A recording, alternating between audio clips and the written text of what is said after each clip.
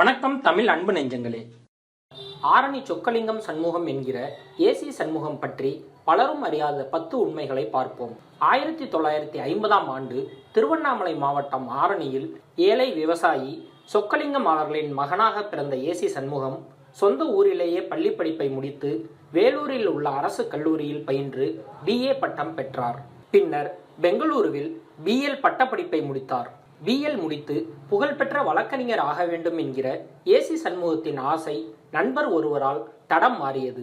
சட்ட படிப்பை முடித்து வழக்கறிஞராக பணியாற்றி வந்த ஏசி சண்முகத்தின் நண்பர் ஒருவர் மூலம் மறைந்த முதல்வர் எம்ஜிஆர் அவர்களை சந்திக்கும் வாய்ப்பு ஏசி சண்முகத்திற்கு கிடைத்தது. தொடர்ந்து எம்ஜிஆர் உடன் பழகும் வாய்ப்பு கிடைத்த ஏசி சண்முகத்தின் திறமையையும் உழைப்பையும் கண்ட எம்ஜிஆர் ஏசி சண்முகத்தை அதிமுகவில் இணைந்து பணியாற்றுமாறு அறிவுறுத்தினார். அதன் மூலம் வழக்கறிஞராக பெரிய அளவில் புகழ் பெற வேண்டும் என்கிற ஆசையை ஓரம் கட்டி வைத்து அரசியலில் இறங்கினார் ஏசி சண்முகம். எம்ஜிஆர் தலைமையில் ஈடுபாட்டுடன் அரசியலில் செயல்பட்ட ஏசி சண்முகத்திற்கு 1980ஆம் ஆண்டு நடைபெற்ற சட்டமன்ற பொது தேர்தலில் ஆரணி தொகுதியில் போட்டியிட சீட் கொடுத்தார் எம்ஜிஆர். எம்ஜிஆர் கொடுத்த வாய்ப்பை நன்றாக பயன்படுத்தி கொண்ட ஏசி சண்முகம் தேர்தலில் வென்று MLA ஆனார். பின்னர் 1984ஆம் ஆண்டு நடைபெற்ற வேலூர் நாடாளுமன்ற தேர்தலிலும் எம்ஜிஆர் ஆசியால் வென்று MP ஆனார். 1984ஆம் ஆண்டு MP ஆகிய ஏசி சண்முகம் அதிமுகவின் நாடாளுமன்ற குழு செயலாளராக பதவி வகித்து வந்தார். எம்ஜிஆருடன் ஏசி சண்முகம் நெருங்கி பழகி வந்த சமயத்தில்தான் எம்ஜிஆர் ஒரு தீர்க்கமான முடிவெடுத்தார். அதாவது தமிழகம் முழுவதும் ஏராளமான தொழில்முறை பட்டதாரிகளை உருவாக்கி வேலை வாய்ப்பை அதிகப்படுத்த விரும்பினார். ஆனால் ஏராளமான தொழில்முறை பட்டதாரிகளை உருவாக்கும் அளவிற்கு தமிழகத்தில் அப்போதெல்லாம் நிறைய இன்ஜினியரிங் கல்லூரிகள் இல்லை.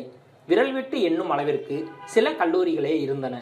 அரசு சார்பில் நிறைய இன்ஜினியரிங் கல்லூரிகளை உருவாக்கலாம் என்றால் கஜானாவில் போதிய நிதி இல்லை. ஆகவே தனியார்களை பெருமளவில் இன்ஜினியரிங் கல்லூரிகள் உருவாக்க வைக்கலாம் என்று முடிவெடுத்தார் எம்ஜிஆர். கல்லூரி தொடங்க உடனடி அரசு அனுமதி, சலுகை விலையில் நிலங்கள் என்று அரசு சார்பில் எம்ஜிஆர் ஏராளமான சலுகைகள் அளித்ததால் பலரும் கல்லூரி தொடங்க ஆரம்பித்தனர். எம்ஜிஆருடன் அப்போது நெருக்கமாக இருந்த JPR, VIT விஸ்வநாதன் ஆகியோரை போன்று ஏசி சண்முகமும் அப்போதுதான் கல்லூரி ஆரம்பித்தார். அதன் பிறகு ஏசி சண்முகத்தின் தொழில் சாம்ராஜ்யம் விஸ்வரூப வளர்ச்சி அடைந்தது. சென்னை மற்றும் பெங்களூருவில் மருத்துவ கல்லூரிகள், மருத்துவமனைகள், சென்னையில் டாக்டர் எம்ஜிஆர் நிகர்நிலை பல்கலைக்கழகம், வேலூரில் நட்சத்திர விடுதி என்று மிக பெரும் செல்வந்தர் ஆனார். எம்ஜிஆர் மறைவிற்கு பின் ஏசி சண்முகத்தின் அரசியல் வாழ்க்கை இறங்கு முகத்தை சந்தித்தது. மிகப்பெரிய தொழில் சாம்ராஜ்யம் இருந்தும் மறைந்த முதல்வர் ஜெயலலிதாவுடன் அனுசரித்து ஏசி சண்முகத்தால் அரசியல் செய்ய முடியவில்லை. இறுதியில் கருத்து வேறுபாடு ஏற்பட்டு 1999ஆம் ஆண்டு அதிமுகவில் இருந்து விலகினார். அதன் மூலம் எம்ஜிஆருக்கு மிகவும் நெருக்கமாக இருந்து ஜெயலலிதாவின் அபிமானத்தை பெற முடியாமல் அதிமுகவை விட்டு வெளியேறிய லிஸ்டில் ஏசி சண்முகமும் இடம்பெற்றார். அதிமுகவில் இருந்து விலகிய ஏசி சண்முகம் தான் சார்ந்த வெள்ளாளர் சமுதாயத்தை ஒருங்கிணைத்து புதிய நீதி கட்சி எனும் அரசியல் இயக்கத்தை 2001ஆம் ஆண்டு துவக்கினார். சாதி பலத்தால் குறிப்பிடத்தகுந்த வெற்றியை பெறலாம் என்று ஆவலுடன் புதிய கட்சி ஆரம்பித்த ஏசி சண்முகத்திற்கு தேர்தலில் பலத்த அடி கிடைக்கவே தீவிர அரசியலை விட்டு சற்றே ஒதுங்க ஆரம்பித்தார்.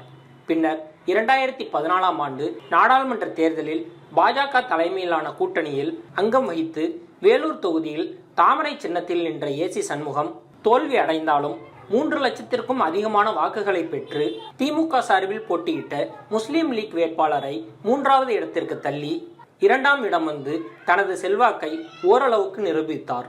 எம்ஜிஆர் என்பதை போன்று 3 எழுத்துக்களில் ACS என்று மற்றவர்கள் தன்னை அழைப்பதையே விரும்புவார். லேட்டஸ்ட் காஸ்ட்லி கார்கள் அறிமுகம் ஆன உடனேயே வாங்கிவிடுவார். எப்போதும் தன்னை சுற்றி பவுன்சர்ஸ் எனப்படும் உடல் வலிமை மிகுந்த தனியார் காவலாளிகளை உடன் வைத்து கொண்டுதான் வலம் வருவார். மணிக்கொரு முறை மேக்கப் போட்டுக்கொள்ளவும் தவறமாட்டார். ஏசி சண்முகம் நடிகர் ரஜினிக்கு மிகவும் நெருங்கிய நண்பர். மேலும் இது போன்ற செய்திகளை தொடர்ந்து பெற்றிட தமிழ் ட்ரெண்டிங் சேனலை சப்ஸ்கிரைப் செய்யுங்கள். உங்கள் கருத்துக்களை கமெண்டில் பதிவிடுங்கள். நன்றி.